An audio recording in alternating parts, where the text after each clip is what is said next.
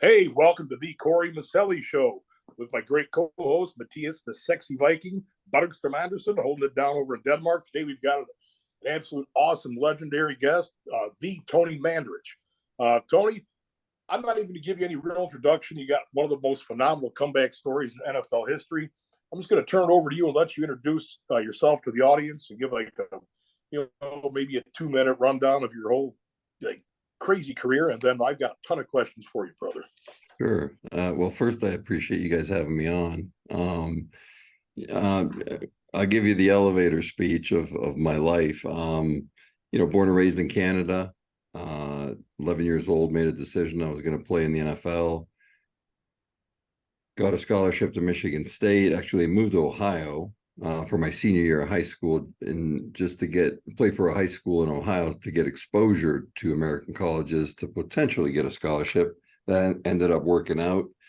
Nick Saban recruited me to Michigan State. Played there for 5 years. Took steroids there for 5 years. Set goals on being the first player taken in the draft.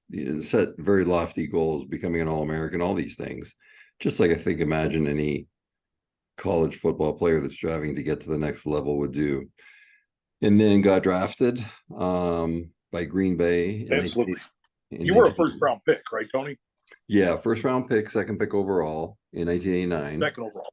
Yep. Yeah. And that was 89. So you had Aikman go first. I was second to Green Bay. Barry Sanders was third to Detroit. Derek Thomas was fourth to KC, and Deion Sanders was fifth to Atlanta. Perfect. So pretty good. I mean, those four guys, all Hall of Famers and great players. I stumbled big time, flat on my face. That was a train wreck in Green Bay and went down the wrong path of alcohol and drugs, and just abused them, obviously, to the point where it almost, sometimes I wonder why I'm still around. But after the 4-year contract in Green Bay, which was 89 and 92, and that was a train wreck. And I take full responsibility for that. I was out of the league for 3 years. And then March 23rd of 95, I got sober and cleaned up from all drugs and alcohol. And when I left treatment in Detroit, I never had any desire to go back and play football. I was just like, I just want to be not miserable like I was. And 6 months into it, I started, I was lifting again just for the sole purpose that I love to lift. And at 6 months sober, not using anything, like not even creatine at the time, I wasn't using anything. I was getting pretty strong again. And it was a matter of not shooting myself in the foot daily before I was drinking opiates, all this stuff, and kind of periodically lifting, where now I'm getting plenty of sleep, eating right, sober, working my ass off. I know what to do. I know what to do. It's just a matter of doing it and then executing it. So at 6 months sober, I started getting pretty strong again. And that's when I started thinking about potentially doing a comeback and kind of making things right that I had done wrong. Some of it you can't make right. It's just because of circumstance. But a lot of it could be made right. So I was at 11 months, I got a workout with Indy, and I was lucky that they even gave me a workout because I was thorough in burning all my bridges and I had no contacts left. And they took a chance on me and they gave me a workout. Now, that doesn't mean that they're going to sign you. They just said, we'll take a look at you. And I was training my butt off every day for 11 months. I was in the racquetball court to get for some foot speed back. Oh, for sure. I was in the racquetball court 7 days a week for 6 months before that workout.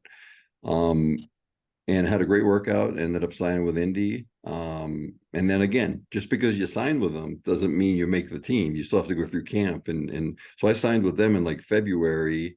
I was 11 months sober. And then you go through you go through mini camps, and then you go through the big long camp in the summer right before you start the season. And then you either make the roster or you don't, the 53-man roster, and I made it and played there, started there for 2.5 years, and then retired with a shoulder injury. And from there went into became a financial advisor with Morgan Stanley for a year and a half, kind of realized it wasn't for me, moved back home to Canada for 4 years and became half owner of a family-owned golf course business. And then in 2000, and then I got out of that in 2004, 2005, moved down to Arizona and started a full-time photography business. Oh, wow. That's awesome. Yep. Very cool. And that's where I'm at Like, now. I got a couple questions. Let's go way back to your days at Michigan State. Okay. I mean, you obviously, you pushed your physical capacity to a level that most people don't know exists. Like, what was some, like, your strength development, athletic development, the positive aspects of it? Take us through like a quick guided tour of that. Guys my age all remember the NFL or the Sports Right. Illustrated article, Right. just like,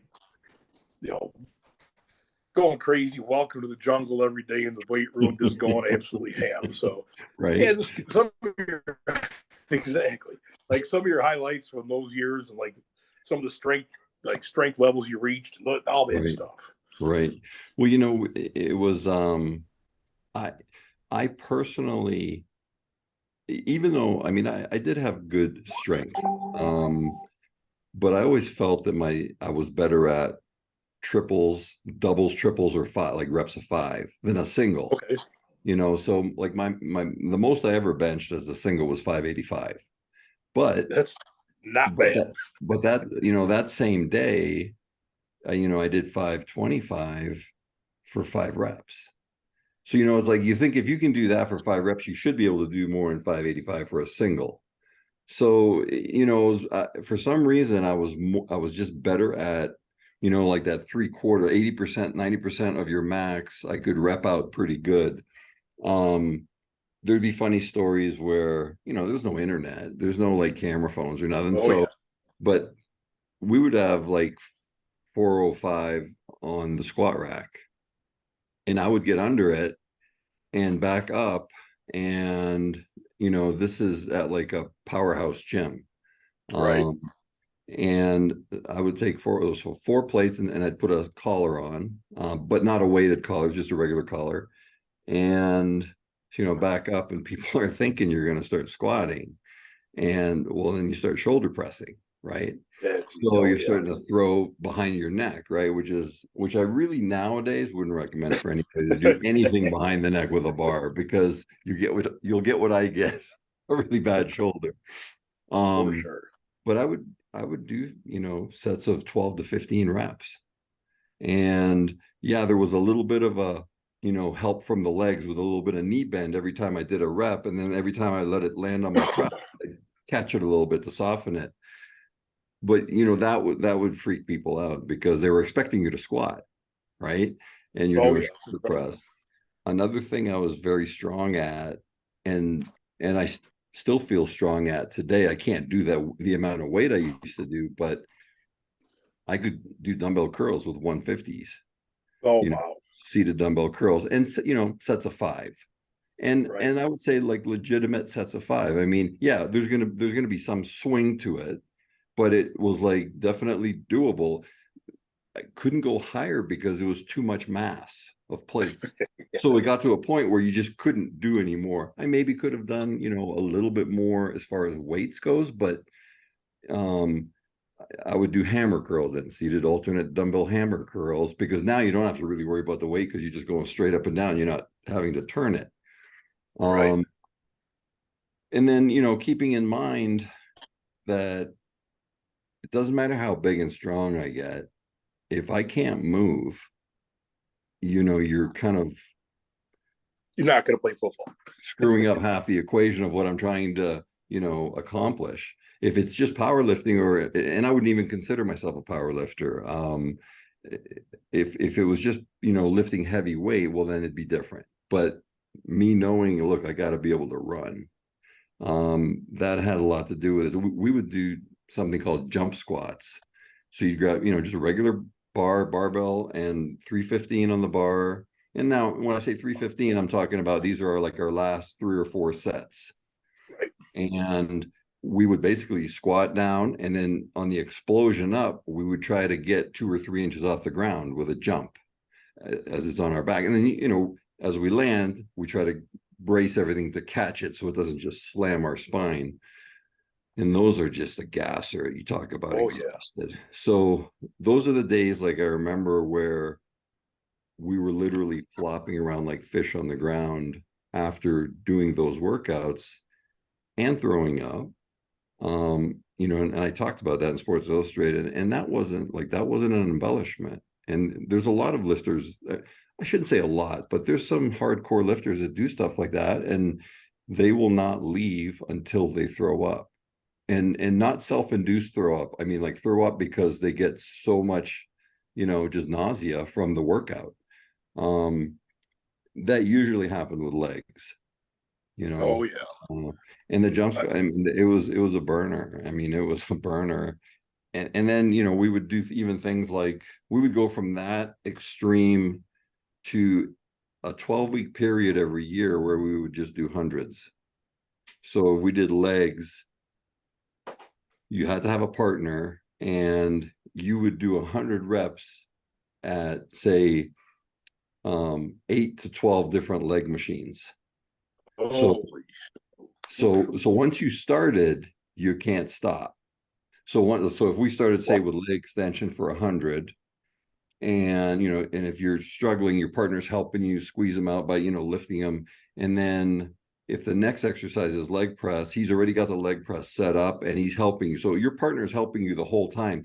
So you're doing 8 to 1200 reps, and that's your whole workout, and you're done in like 25 minutes, 25 minutes, but you're like, you almost have to take like a 20-minute break until you can help your partner.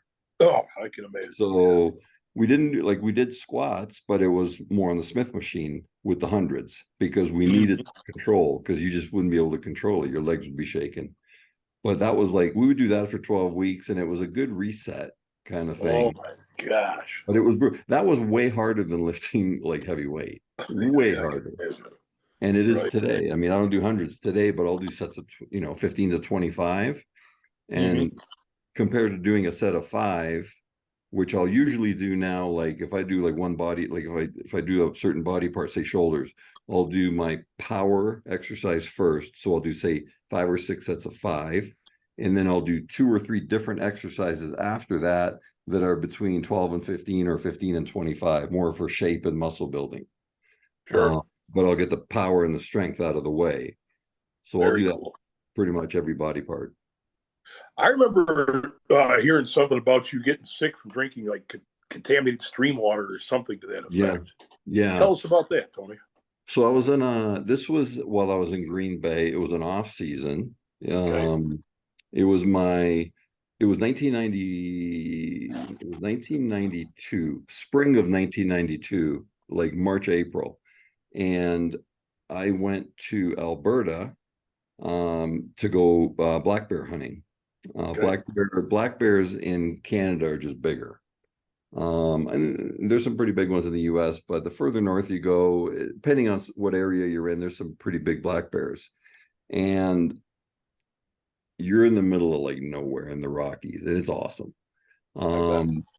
And we would stay at this like cabin, and they had literally a wooden barrel, like the old school wooden barrels, and it was cut in half, and they would fill it with stream water from the river, which was like phenomenal water to drink if you're drinking it right out of the river. Once they put it in that wooden barrel, it's from the wood and everything, it's gonna have some bacteria in it. And the guides and everything, like, they're used to it. Their immune systems have built up to it. So we basically figured out that drinking that water had a bacteria, which was Giardia. And I mean, common bacteria for when you're traveling, or even domestically. And there's an easy cure for it. You just got to get on the right antibiotic once it's diagnosed, and it kills it off immediately. But the thing was, I contracted it like 3 days into a 14-day hunt. Okay. So it was rough. So I'd lost like 25 pounds in like 3 weeks on that hunt. And then didn't even get diagnosed. I mean, I went and saw our team doctor at Green Bay, and I was like, these are the symptoms, and he was like, this sounds like a classic, water bacteria Giardia. I told him everything, and they tested me, put me on antibiotics, and like 2 weeks later, like it was gone. Like I was fine, except I'd lost 25, 30 pounds, and it did take a little bit to get going again because I was sick. Oh, I'm So sure. yeah, so that was not, you know, not a good thing, but it was just one of those things, definitely unforeseen things that happened. And, if I ever went hunting again, or wouldn't even have to be hunting, just anywhere, I would always, bring, if I'm going in rural or going hiking or going in the mountains or whatever, bring like, water purifying things. Gotcha. So Another question I have. I know in Green Bay, you purely played offensive tackle. Is that accurate?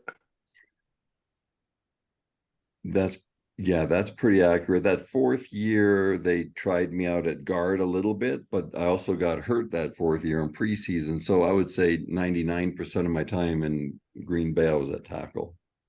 And then when you made the switch to Indy, you played exclusively guard. Is that accurate? No, I played tackle and guard. Or you played So, both? yep, played both. Okay.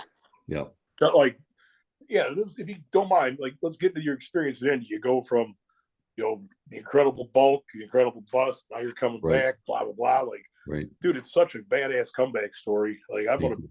I want to pick your brain on that, the Yeah. psychology of it, like the physical experience, how the other players were, the media, all that stuff. It was very interesting because, you know, going back to my point when I had gotten sober. So, the transition from Green Bay to the real world, and being, full of chemicals, drinking and drugging, like an alcoholic or a drug addict. The transition was horrible. Like it was rough. It was rough. And the career was basically a train wreck. Um, so that was a really bad transition. And, looking back now, because like I had a second transition after I left Indy sober and everything, surrounded myself with people that had great foundation and people, just the right people, that transition was like smooth as butter. But coming back to Indy, I was like, you know, had no, like I said before, no intentions of going back to play. And then I started to realize I was getting pretty strong. Like 9 months into my sobriety, I was probably 85% as strong as I ever was. And that was like no creatine, no nothing, just sleeping good, eating well, and having the knowledge in my head of how to train, Right. and the drive. Um, and then, when I went down to Indy, I felt like I had nothing to lose. I was already considered a bust. Everybody had already called me every name in the book. So I was like, well, what do I got to lose? They expect me to fail. Like, and when I say they, I mean the media and Yeah. haters and all that stuff. And I'm like, well, I don't care. I know what I can do, and all I need is a chance. And if I get a chance, to make sure I take advantage of it, and give it everything you got. And there was another key ingredient to that comeback. Is once I did get the chance, the strength coach at Indianapolis, whose name is Tom Zupanzik, he was what I would say a crucial role in the comeback, because he pushed me. He was a power lifter. But he was the strength coach. He pushed me like I used to push in college.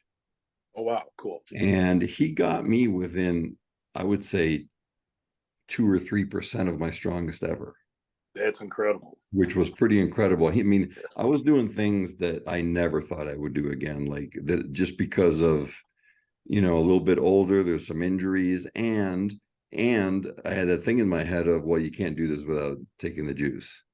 You can't get this strong again without taking the juice. And there I was doing 405 over my head again. And Right. now I was taking creatine, okay, but it was all like legal. I was taking L-arginine, I was taking a lot of amino Oh, sure. acids, just your basic stuff. Um, and I was blown away. I really was blown away how much muscle memory comes back. And And he really pushed me. He pushed me as hard as anybody's ever pushed me in my life. And you know, I'd like to say I don't need to be pushed because I have enough drive, but you can only push so hard. I pushed as hard as I could by myself, and yet he pushed me even harder, Yeah, it's really cool. which you know, unless I experienced it, I wouldn't have believed it. Right. Yeah, So I'd share something with you, Tony. Going into my senior year, I was at a very similar strength level to what you were. I'm squatting 900 pounds. I could rep out 500-pound benches. yeah, Blah blah. You know what comes with the territory. I yeah, was like had the same mindset. I knew I didn't want the rap of being like a guy that's strong that can't move. I ran like a 4.4 short shuttle, 4.9 340. All that's good. And wiping out my patellar tendon like towards the end of my senior season, just completely. You know right. how what Yeah, those injuries do. it's So I went not off the good. deep end, man. That if I'm not going to play the NFL, I'm going to become a millionaire some other way, and just started like, going down a path that was absolutely radical and weird. Kind of came to a moment where I'm like had to choose one of two paths, and for some a good friend of mine kind of intervened and just got me motivated. Basically, you're an athlete. You've always been an athlete. Your life is going to be in athletics. So started a business called D1 Performance. It's now D1 Training. Had a big run with that. So I just basically the business plan was what would I love to have learned as a young athlete? What could I have done different? So I built the whole approach based on that. It may have helped a ton of athletes, all different sports too. It That's was awesome. applicable to a lot of different sports: football, swimming, basketball, Yeah, track and field, boxing, whatever. right, Bunch right. of kids helped make the NFL. Girls like I don't know, we had like 30 girls get Division I scholarships in swimming. Awesome. So that was kind of my fast version of my like Yeah, athletic career. A lot of more details than that, obviously, but yeah, yeah, I remember like I just remember reading about your training. I was like, if he can do it, I can do it. Damn it, I'm going to get after this thing. So it was pretty exactly, fun. It was a good run. exactly. That's So awesome, like man. younger athletes looking to come up, like what advice do you have for them based on your decades of experience now? There's no shortcuts. There's absolutely no shortcuts. Um, you know how you live and your character and your how you present yourself matters more now. I want to say it always mattered, but it because there's so much bullshit going on the internet and in the world, it matters more now to be a person of character and a person that's on it, you know, like honest, just like your basic fundamentals that you would hope most people would have. Well, now it's even more crucial because there's so many BSers out there.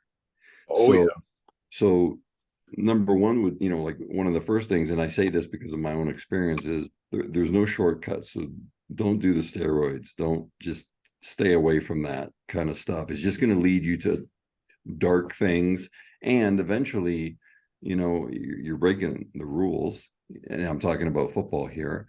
And it's a shortcut, and it comes with a lot of side effects, not just physical but psychological, that are not good, and but you build a foundation of doing it the right way and being disciplined, having great training habits, having good life habits. You start doing that, those small things. I always refer to it as like spokes in the wheel of a like bike, a big bike. okay, There's all these spokes that support the wheel. Well, each spoke is like one's training, one's sleep, one's nutrition, one's stretching, one's you know um, doing, if you're in high school, doing your homework or whatever. One is study film, one is whatever. So there's spokes in the wheel. And when they're all put together, the foundation becomes extremely strong. Now, yeah, if you start lightening up on one of the things, it will affect you, but it'll affect you slightly, like not in the, you won't have that extra little bit of advantage. When you get people that can put the whole scope of what that spokes in the wheel are, that defines what they're trying to accomplish, you become pretty unstoppable, and you give yourself the best chance possible to succeed. And if you don't, and there will be people that do everything right and either get hurt or they just aren't good enough to make it to whatever level, then you can live with yourself at least, because you prepared and gave it everything you had. Like if I didn't make it in Indy, I could have walked away fine. because I did everything every day to prepare for that, to work out, to play in that league again. And if I wasn't good enough, I would have been okay. Like, I mean, I would have, that's not what I would have wanted, but I would have been okay with it because I could answer to myself in the mirror and say, you didn't leave anything on the plate. You know, you worked your ass off, you prepared, you did everything.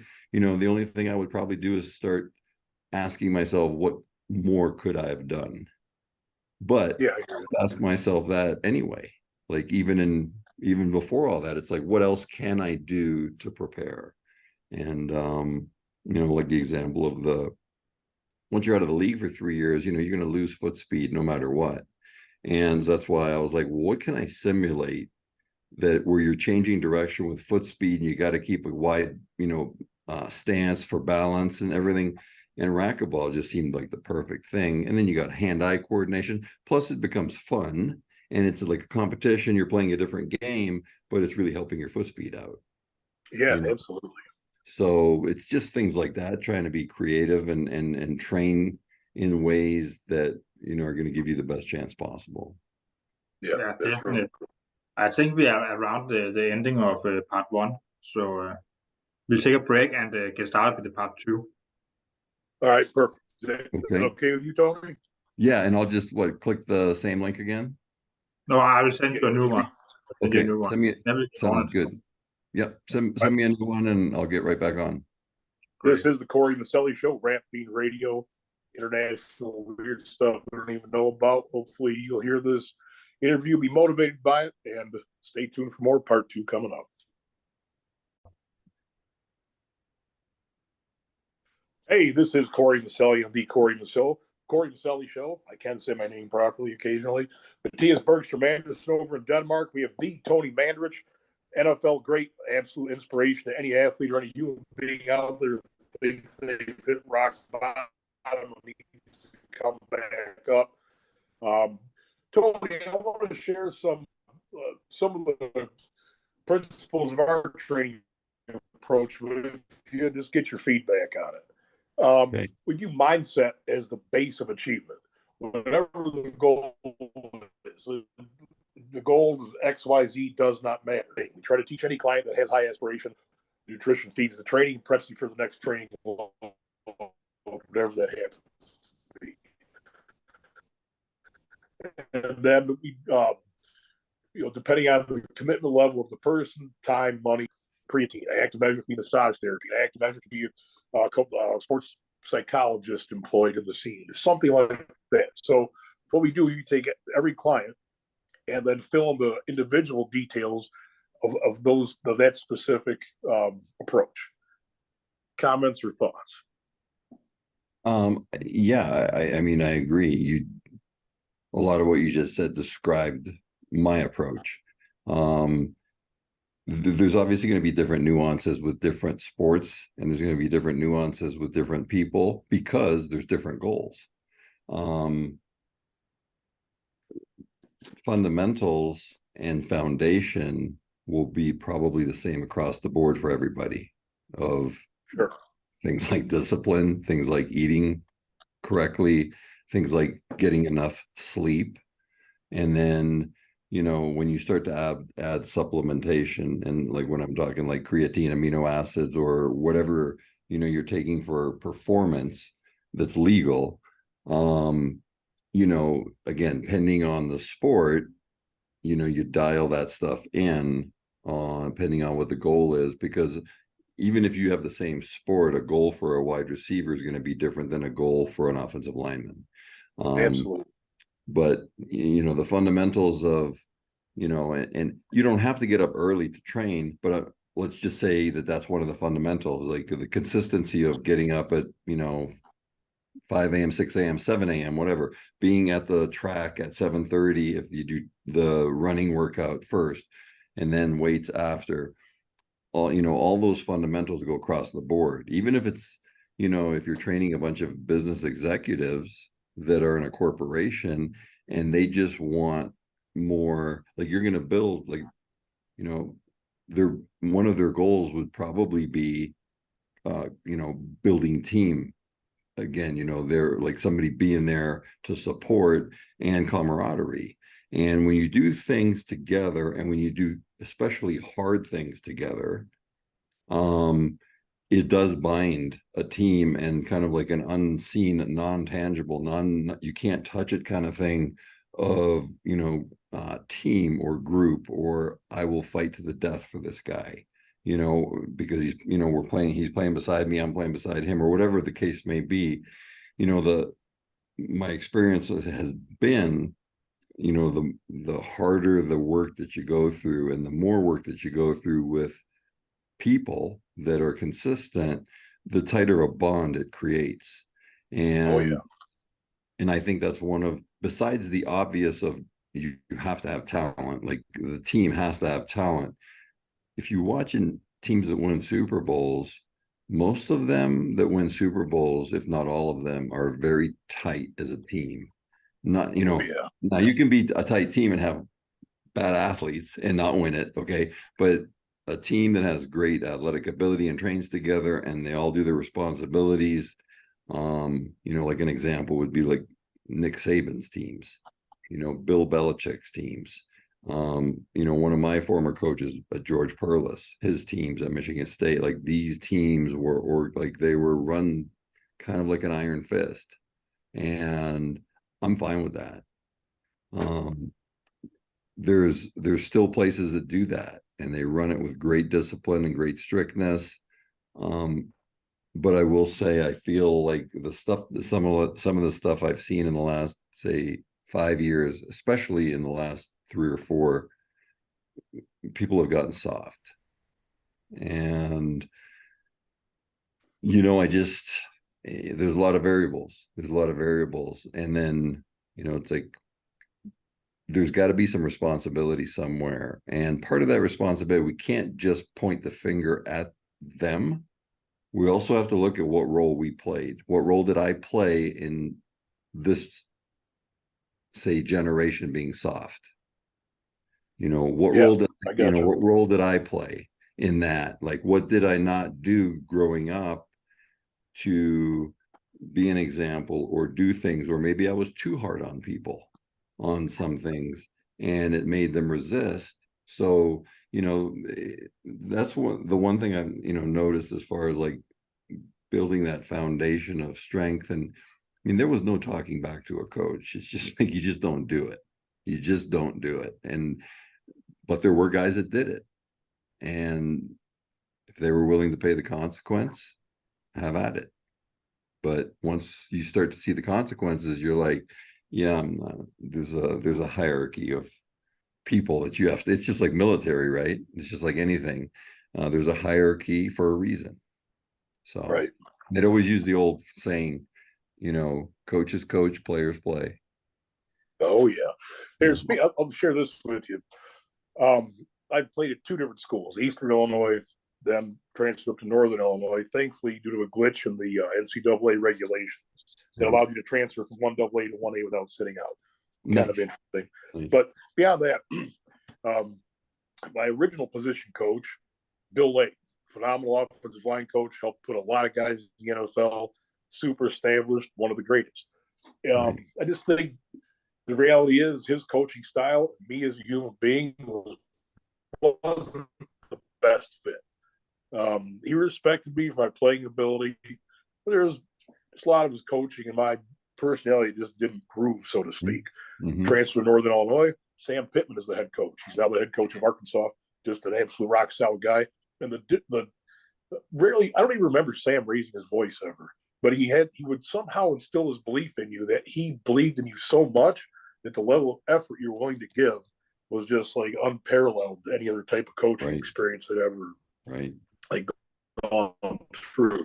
So I took, like, with the athletes, clients I've worked with, like going forward from there, I really try possible. Just let the client know that what I'm telling you is like from my guts. It's something I believe truly will make you better, and instill that confidence in the client that what I'm doing is absolutely for your best interest. And when I fit that groove effectively, man, it's really, really made a big difference in people's lives. And that's, I think, part of what makes, somebody who's a good coach versus somebody who's a great coach, because a great coach, you know, can deal with all different kind of personalities and all different kind of egos on the Right. team. And that's what, you know, and you know, like Tony Dungy was not a yeller and a screamer, but he was a phenomenal coach, you Right. know. And then, you know, you compare somebody, say like Bill Parcells, you know, a whole different Yeah. coaching style, both styles very effective, you know, two whole different approaches. But it's this the coaches I was surrounded by mostly were were of the more iron fist kind of For sure. coaches. Yeah. And you know what? That worked for me. That Yeah. like worked for me because, you know, I think that worked for me because my parents were immigrants from Europe, and you know they were escaping communism, and they were literally ruled by the iron fist of Oh yeah. communism.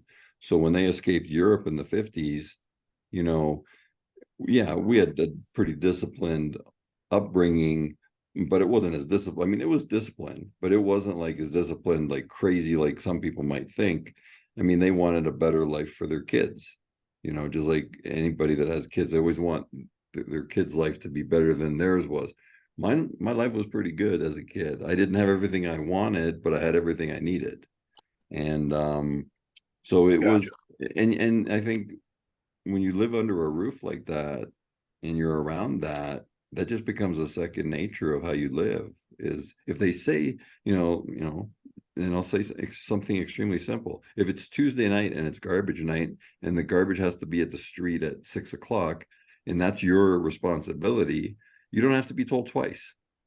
You just know that that's what you do. If you miss it, now you're building up garbage for 2 weeks, you know, and it's going to start smelling. So it was, you know, that to me is not like drastic discipline. That's just, you know, a combination of discipline, having respect for the people around you and your family, all those things. And it's just, I feel fortunate. I feel very fortunate to have the kind of mom and dad that I had and growing up in the family.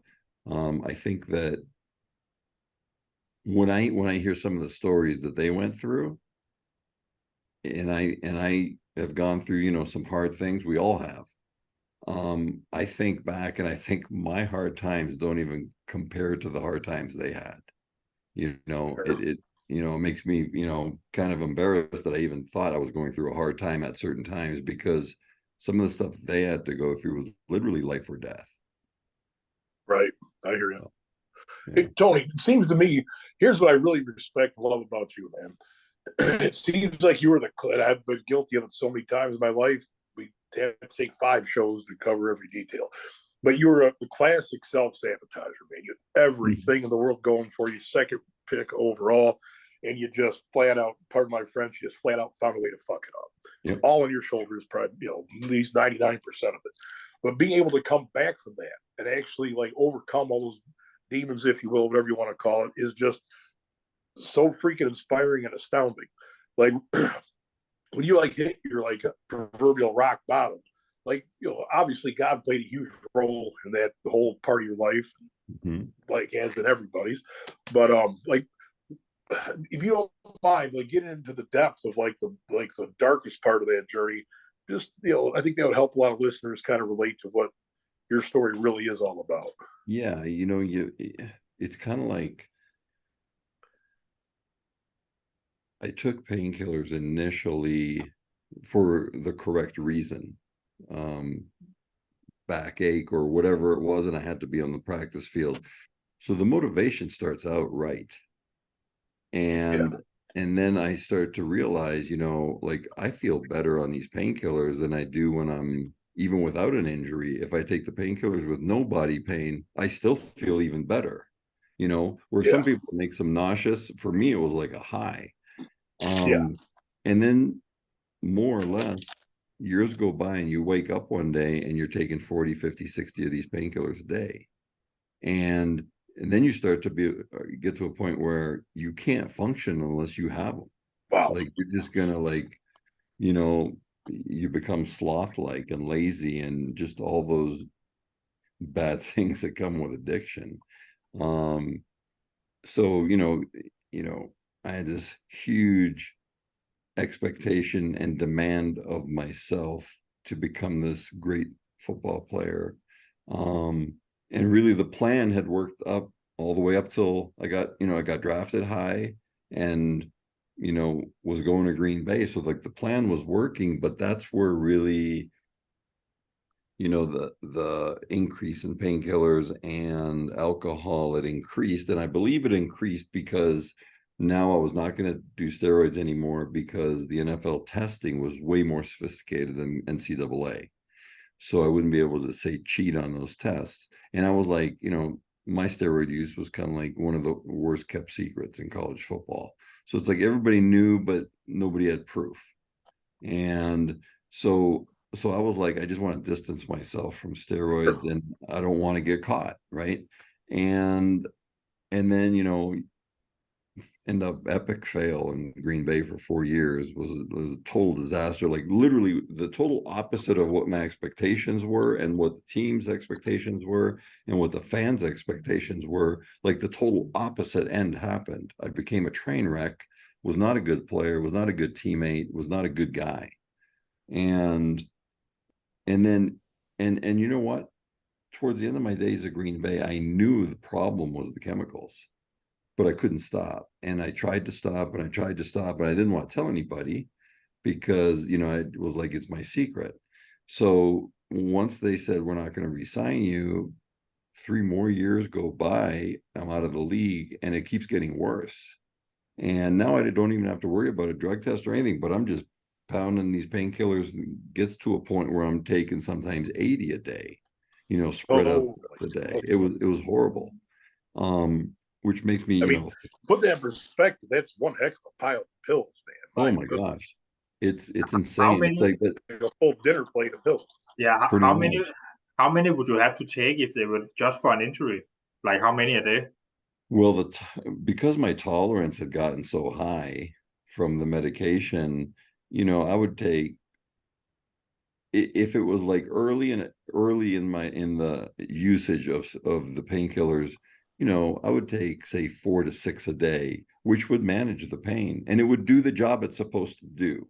And that would be a lot because you were used to them. So 4 to 6, but you were ending up all the way up to sometimes 80 in a day. Yeah, and I would take like 880, Matthias, just so you're clear. 80, yeah. So 80, yeah. At that time when I was taking like say anywhere from 50 to 80 a day, I was taking like 8 capsules at a time. Oof. 8 to 10 capsules at a time. So then, you think the career didn't work out. I know I have a chemical problem and I'm addicted and all these things. And then things get worse. Like for 3 years, things get like everything in life gets worse and it gets darker and darker. And all I do was isolate more and more and more. And then finally, many people had tried to help me in Green Bay and in the meantime. And sometimes I believe in Green Bay that they didn't know what the problem was, but they knew something was wrong and they still tried to help me.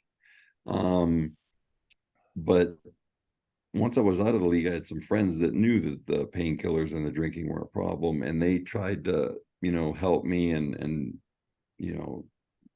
kind of have a talk with me, and I just wasn't having it. It's like I had all the answers, right? So yeah. when it gets dark enough and it gets bleak enough, and that was the week before I got sober, my buddy had a talk with me, and he didn't say anything like that was super profound that wasn't already said before. And he basically said, if you keep doing what you're doing, you're going to die like soon. And I was like, you know what? I've tried so many different ways to stop and have been unsuccessful. And I was like, yeah, I'm willing to listen and I'm willing to try something different to get sober. And treatment was not something I had tried. 12-step was not something I had tried. I always believed in God growing up. I always believed in the same God, the God of the Bible, the Jesus Christ of the Bible, which is still interpreted differently by different people or different religions. And, I never blamed God for my addiction. I never really but I always had a belief in him. And I was like, if there's anything that can get me sober because I'm so far gone, it's God. You know, it's going to be an act, it's going to be a miracle, it's going to be an act of providence, but it's going to have to be like a supernatural event, right? Of just, and I remember Yeah. praying about it and asking God to remove that obsession of taking all these pills and drinking. And you know what? It's like, it was interesting because it was almost like instant. I didn't like feel like all of a sudden I don't want to drink anymore. I was just like, I don't need it anymore. And I still went through Right. treatment and went through 17 days and got detoxed safely. And then, started doing things correctly as far as, and when I say doing things correctly, some of those things were just fundamentally like common sense, easy things, like getting enough sleep, and just, eating correctly and just eating well and just being a responsible member of society and contributing to society instead of having that attitude of what's in it for me, you know Sure. you try to have that attitude of what can I do, how can I help, where I can. So that shift was huge, in those, say 17 days of treatment. And when I was 30 days sober, I was like, 30 days prior to that, it was impossible. Like, I knew it was impossible to get 30 days sober and to be relatively happy. And I was like already laughing at the time. And I thought to myself, if that's possible, which it is because it's happening, at that point I knew anything was possible. And Right. I felt, you know what, I'm going to start training again, even though I still don't have an idea to come back and play. I'm going to see how far I can push this as far as the training goes, and doing it, without steroids or without any chemical enhancement or anything. And it was just that faith system and believing, and that's really what's continued to keep me sober on a daily basis for, over 28 years now. Yeah. Congratulations, man. That is absolutely fantastic. Awesome. All I did was follow instructions. you know, Gotcha. I it's agree. kind of like, it's do the right things. And look, mistakes have been made in sobriety. I mean, I've made many mistakes in sobriety, and I'm not going to say, yeah, but we're human, but that's part of it. We're human. We make mistakes, but it's how do we correct those mistakes we make? And, before I point the finger at somebody, it's like I have to look at my own stuff. What role did I play in it with a relationship with that person, whether it's your wife, your kid, your mom, your dad, doesn't matter what it is. What role did I play in it to make it, adversarial? Right. I hear you. Hey, Matthias, we got a couple external time factors going on here. Gonna have to wrap up soon, but do you have any questions that you'd like to throw Tony's way? Well, yeah, like, why did you start doing drugs to begin with? And then, like, do you have an idea why it became like a frequent use or an abuse? The reason I started was I had a feeling that you couldn't get to the NFL without the use of steroids. That was like a strong belief I had. So in high school, I didn't like I did I my first cycle of steroids was like in May of my senior year, so it was like the last month of school. Um, and it was, it was a small cycle, but nonetheless, it was steroids. I had only maybe gotten drunk twice in high school, and it was my senior year, and it was like a house party or something. And even when I got drunk then, it wasn't like, it was like almost like a good buzz. It wasn't like falling down drunk. And then even in college, yeah, we partied and stuff, but I did more steroids in college because I did it for a reason. My reason was to get to the next level. I had this naive belief that you had to do steroids to get to that level. And that's a huge mistake on my part. I saw that the world I was looking at was like, my lenses were skewed on how I was Yeah. seeing it, because more than 95% of the players if not even more, maybe 97% of the players in the NFL, I don't believe have ever touched a steroid. At that time and or now, it's even stricter. But there are other drugs that they do, for recovery that get to that threshold of, well, should this be legal? Shouldn't it be legal? But when you're the product and you have to be on the field, they sometimes people in higher powers will turn their heads. It happens. It happens. It happens, and it happens everywhere and all over the world. I'm sure it happens with, soccer teams, with rugby teams, with any international sport. You're the product. You're the product, and people come to see you play, and that's why those players make a lot of money. I But don't think they do it much here in Denmark, because we are like, quote unquote, trying to catch ourselves. Like, you wouldn't believe how it is over here. Almost all gyms in Denmark, they have like an anti-doping union, to where anyone who trains there, they have to, if someone comes from that and wants a drug test, you just have to comply, or else you get a ban for like 2 years from all gyms that have it. So it's very strict. I mean, yeah. I'd rather have it strict like that than people abusing it, because abusing it takes you down a pretty dark path.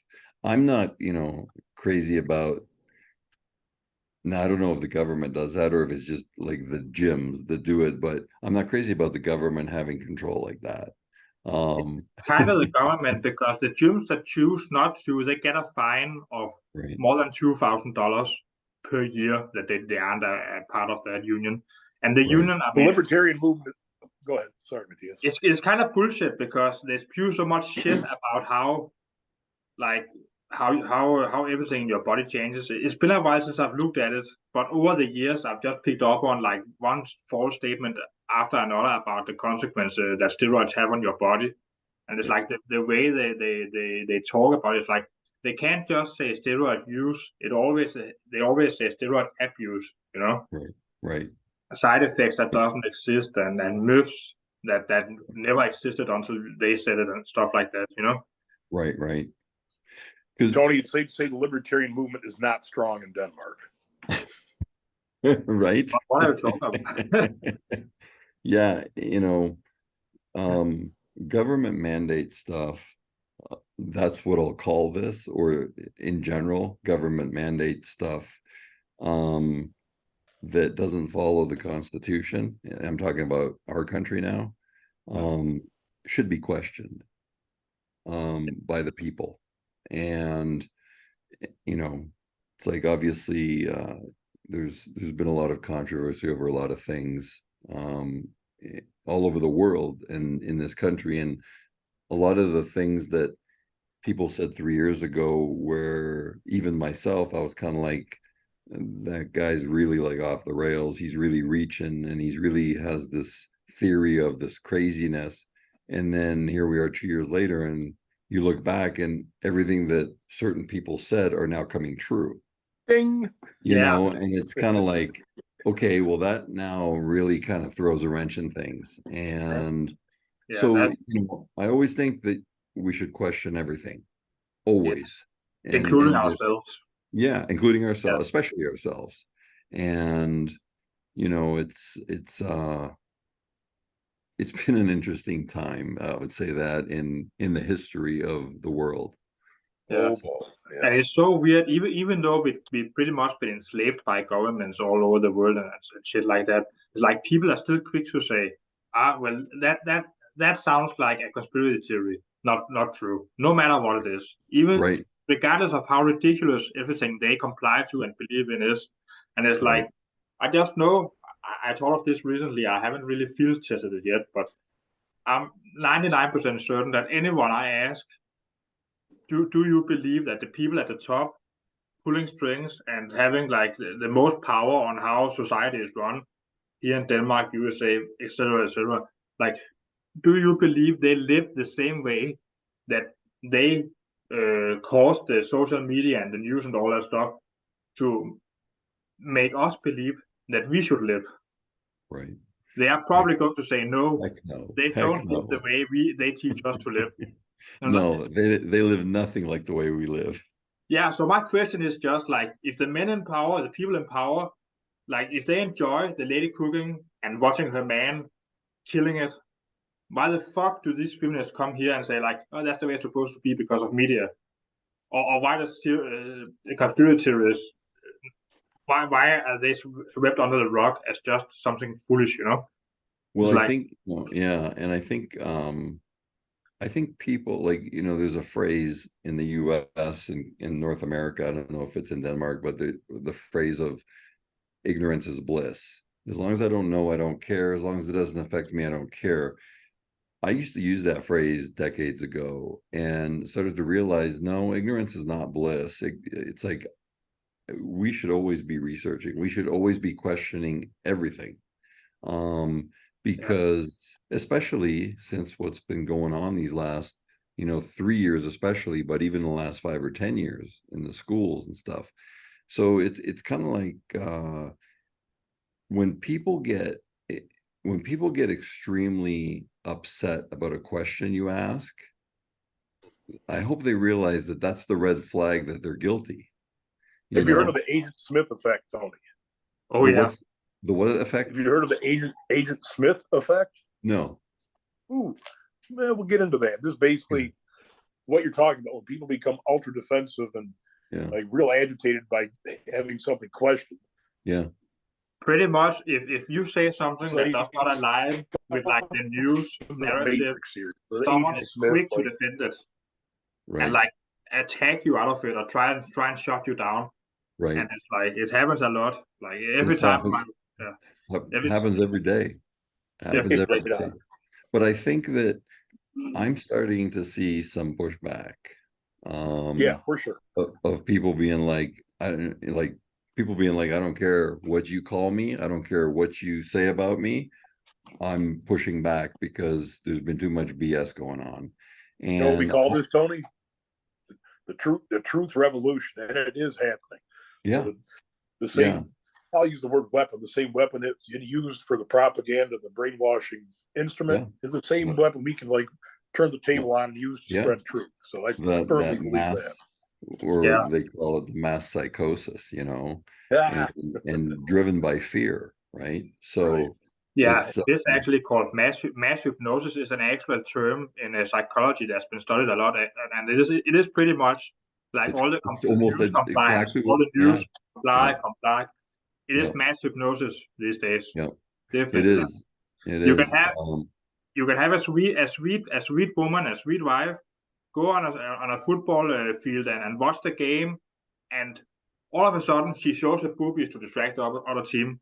She would have never done it, but now there was mass hypnosis. Some psychologists would actually argue that happens, that she is not that type of girl, or someone gets in a fight in a football stadium, etc., just because it's mass hypnosis, very real. Yeah, and it's worldwide. It's worldwide. That's the scary part, Yeah, it's not just alone in one country. It's worldwide, and I think a lot of people are waking up to it. Because the truth, there is no my truth, your truth. There's only the truth. It's like you constantly hear people talking about, well, my truth is this, and it's like bullshit. The truth is the truth. What is the truth? You don't have your truth. You have a perception of the truth, but there's only one truth, and so when people start talking about my truth, I stop them right away and I say, look, no, there's no my truth and there's no my truth. There's only the truth. Well, doesn't it kind of like have to do also about what you're talking about? Because obviously, like 2 + 2 = 4. There's no doubt about it. But I mean, perfect example. Yeah. No, I think what Tony's saying, there are universal truths. I mean, there are there are universal truths and most of them, if not all of those truths, come from the Bible. And years ago, I would hesitate to say that on a podcast because I didn't want to say lose listeners. But you know what? I don't look at it as losing listeners anymore. I'm kind of looking at it as, hey, wake up and get your nose in that book. And does, because a lot of religions and a lot of things believe in Jesus Christ. But when you ask them to define who he is, there's a bunch of different definitions. And most of them, or a lot of them, will say he's not the Son of God. My belief is that he is the Son of God. Okay, right? So it'd be crazy for me to say, well, that's my truth. Well, no, it's not my truth. That is the truth. And if another person chooses not to believe that, that's okay. That's up to them, as long as they know that that's the truth. And they might not even say that that is the truth. You know what? As long as I know what the truth is, because the way things are going, it seems like we're, inching closer and closer to the end, and that actually might happen in our lifetime. I think a lot of countries in Western Europe and pretty much the whole United States is becoming third world countries, and probably like the Arabic countries that we all loved to hate 10 years ago, pretty much first world countries these days. Yeah. Like just look at Qatar, for example. Yeah, they kill people who cheat in marriage. Right. It's different countries and extreme in some ways. But the streets are clean and the crimes are very low. So, I mean, kind of balances out, right? Yeah. So, Yeah. Hey, Matthias, we've got about 60 seconds. I've got some an external function that's going on here I got to pay attention to. Tony, thank you so much for being a guest. If we could do a part 2 sometime, I mean, we could drill deep on some biblical interpretation. That's something I've spent a long time doing, even on my craziest, weirdest times. I'd always turn and drill deep into scripture and what the real meaning of some of the words have been manipulated over time are. I think you'll find some of it fascinating. A lot of it you probably already know yourself. So, and I'll say, throw this out there to those that understand. 11 is becoming 12. We're leaving the 11th hour and going into the 12th hour of some radical events to take place. I love you guys. I appreciate it. Just due to time constraints, going to wrap this episode up. And Tony, if you're willing to do another episode at some point in time, dude, it would be my honor, completely. Absolutely. Yeah. So, any parting thoughts you want to share with the audience? Look, great. I'm grateful you guys had me on. And we got to talk about a lot of different stuff from A to Z, different genres, which I think is great. It keeps things interesting. And I'd love to, let's let some time go by and then do another one at some point, 6 months, a year from now, doesn't matter when. Hopefully the world will still be around. Oh yeah, absolutely will be. All right, hey brother, thank you so much again. Really appreciate it. And I'll stay in touch with you in some capacity. And man, I just you've been a major influence in my life, probably more than you realize. So it's such an honor to be able to talk to you like this, man. Really appreciate it. I appreciate Overcome everything. Spotlight for no life. Stay strong, everybody. All right, guys. Have a great day. Thank you.